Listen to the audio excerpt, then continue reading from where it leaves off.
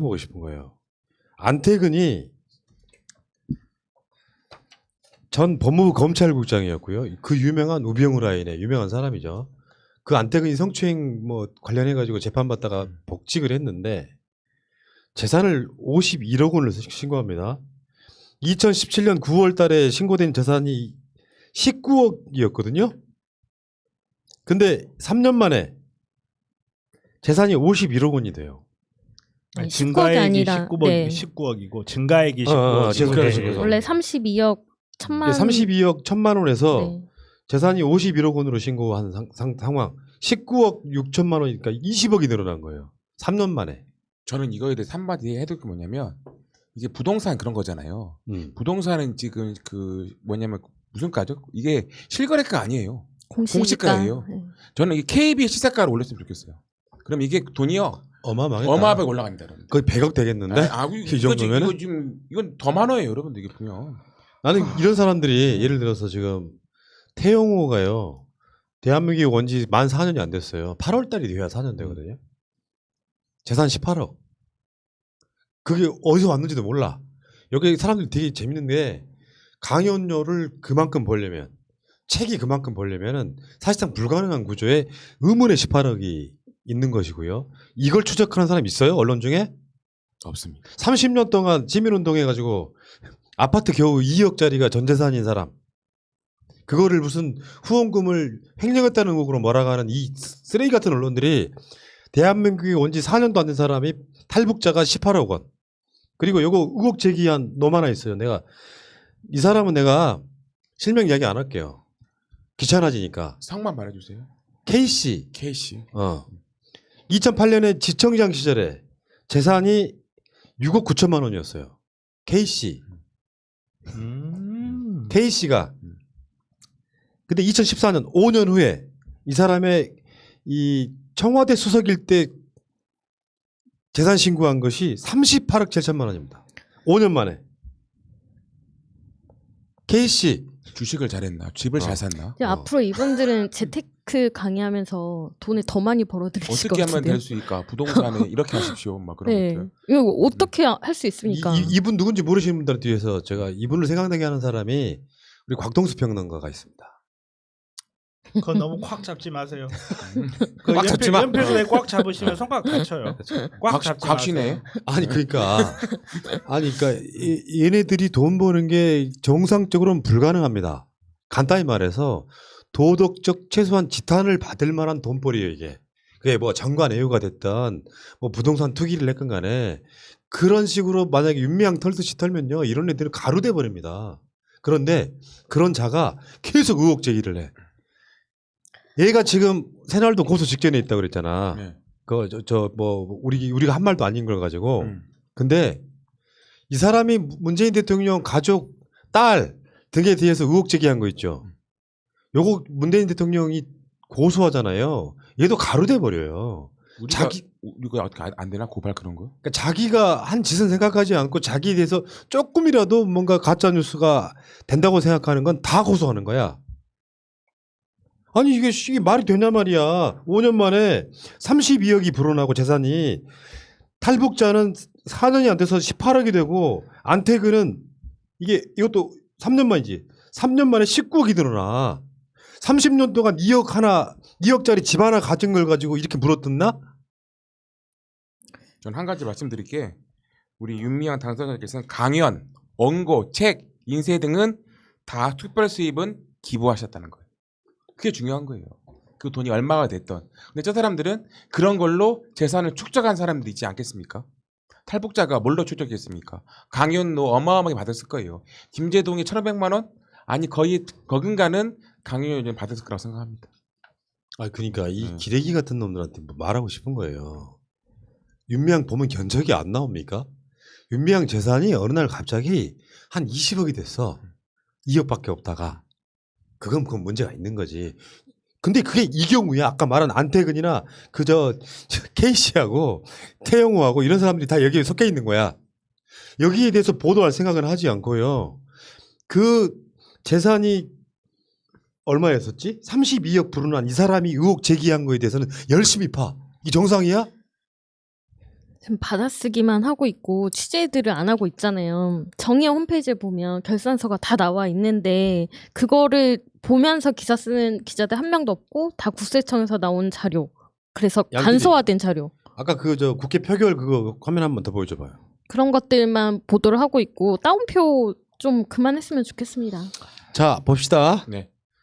2017년 11월 24일 일체야 일본군 위안부 피해자에 대한 생활 완정 지원 및 기념 사업 등에 관한 법률 일부 개정법 법률안 여기에서 투표 의원 213명 중에 206명이 찬성했고요. 기권 7명 중에 곽상도, 김재원, 김진태, 여상규, 이정구, 이현재, 추경호 이런 사람들이 이걸 반대했다고.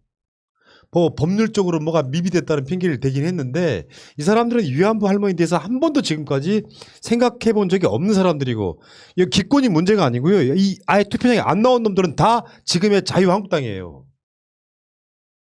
전체가 지금 213명밖에 안 되잖아. 뭐 이런 놈들이 지금 이용수 할머니를 위해서 뛴 놈들이 아니잖아요. 왜 언론은 이런 정말 이게 족같은 상황에 대해서 곽상도나 김재원이나 김진태 여상규 욕 안 해.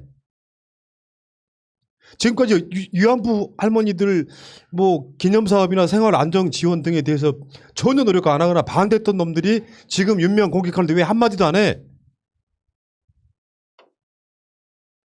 나는 그게 언론이 세상에 제일 쓰레기 같은 거라고. 쓰레기한테 그렇게 말 함부로 하시면 안 되고요. 언론은 정말 사회의 공통의 악이 돼 버렸어요. 우리 언론이 저는 그렇게 생각해. 언론이 이렇게 안태근이라든지 그 K씨처럼 재산이 급격하게 불어난 사람들에 대해서 손가락질을 하지 않는 거든요. 그게 자기들의 꿈이기 때문에 그래요.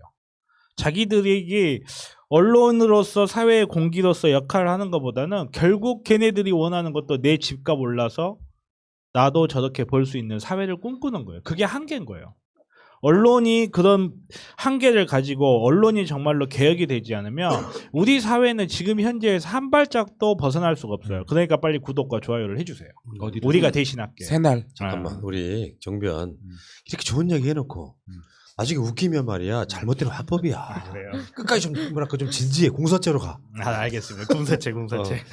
아이고 참. 필기체로 가고 그래. 아, 못 진짜 알아듣게. 열받는 건 진짜 이런 거라니까요. 왜 이렇게 뭐랄까요 사람을 대할 때 윤미향은 이렇게 아무것도 아닌 걸로 물어뜯고 곽상도나 안태근이나 태영호에 대해서는 이렇게 관대합니까? 이게 무슨 나라고 이게 언론이에요 이게.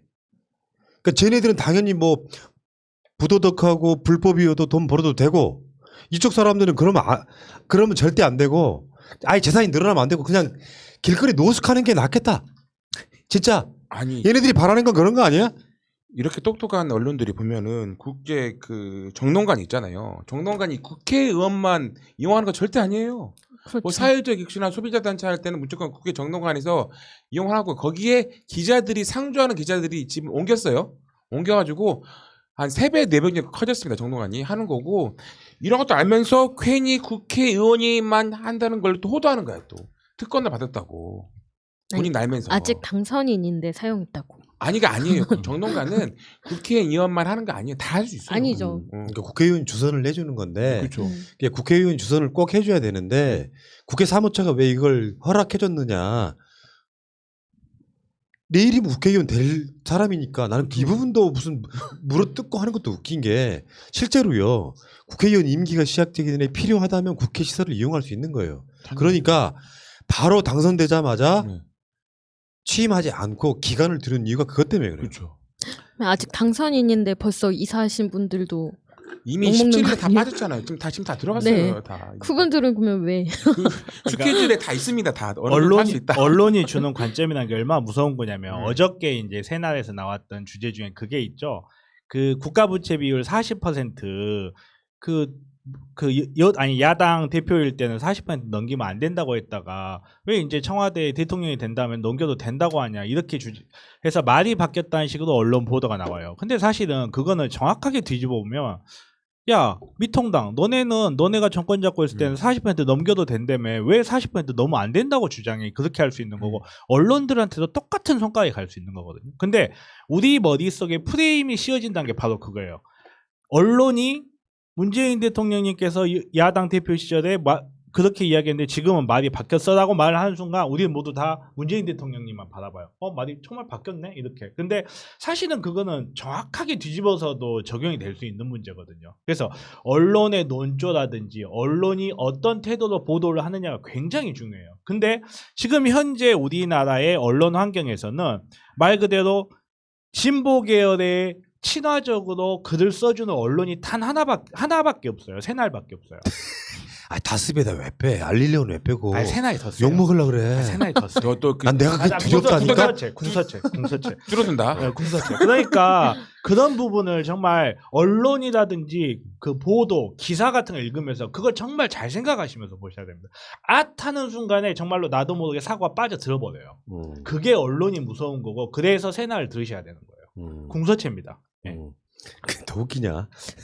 좀 지지하자 좀. 궁서체를 그냥 어이, 참. 필기처럼 가지 말라니까. 알았어요. 자, 그러니까 이게 이제 분노하는 지점이기 때문에 이제 웃지 않는 거예요. 예를 들면, 아니 너무하잖아요. 조국 장관 봤잖아요. 재판에서 확실하게 밝혀진 게 단 한 건도 없어. 그렇게 나라를 뒤집었는데 윤미향 당선자를 이미 언론과 이 저쪽 수구 세력들이요 이미 윤미향 당선자를 징역 한 100년감으로 만들어놔 버린 거잖아요. 그러니까 그렇게 갖고 있는 이미지가 상쇄돼야 되니까 굉장히 많은 사람들이 최근에 여론조사 보면 한 70%가 사퇴하라고 나오잖아요. 대중이 약간 우민화 같은 거예요. 대중들한테 잘못되어 있는 정보를 지속적으로 주입하고 나서 여론조사를 딱 했어. 문제가 있으니까 저러느냐는 일반 대중의 여론 심리. 그리고 나서 이게 재판에서 무죄로 밝혀져도 대중의 관심을 아무것도 꽂혀있지 않는 그게 사회적 폭력입니다. 이걸 주도하고 있는 것이 언론이고 아까 말했잖아. 돈 안태근 곽상도 태영호 이런 사람들에 대해서도 똑같은 잣대로 들이대면 이 사람들 가로돼 버린다니까요. 언론들도 일반 국민들의 의견을 잘 못 듣고 있는 것 같아요. 그러니까 인터넷에도 댓글 공작들이 굉장히 많잖아요. 그런 것들만 보고 그리고 뭐 보수 유튜버나 이런 사람들의 주장만 보고 우리가 보도하는 게 맞다라고 생각하고 있는 것 같아요. 실제로 사람들 만나보면 다들 윤미향 당선자 응원하고 그러고 있거든요. 정의연이 이제껏 해왔던 활동에 대해서 되게 감사하게 생각하고 고맙게 생각하고 후원을 시작하고 그런 사람들이 굉장히 늘어나고 있는데 언론들도 이번 미통당이 총선을 바라봤던 것처럼 그렇게 좀 시류를 잘못 읽고 있지 않나라는 생각이 들어요. 자, 일단 그 이야기는 여기까지 하시고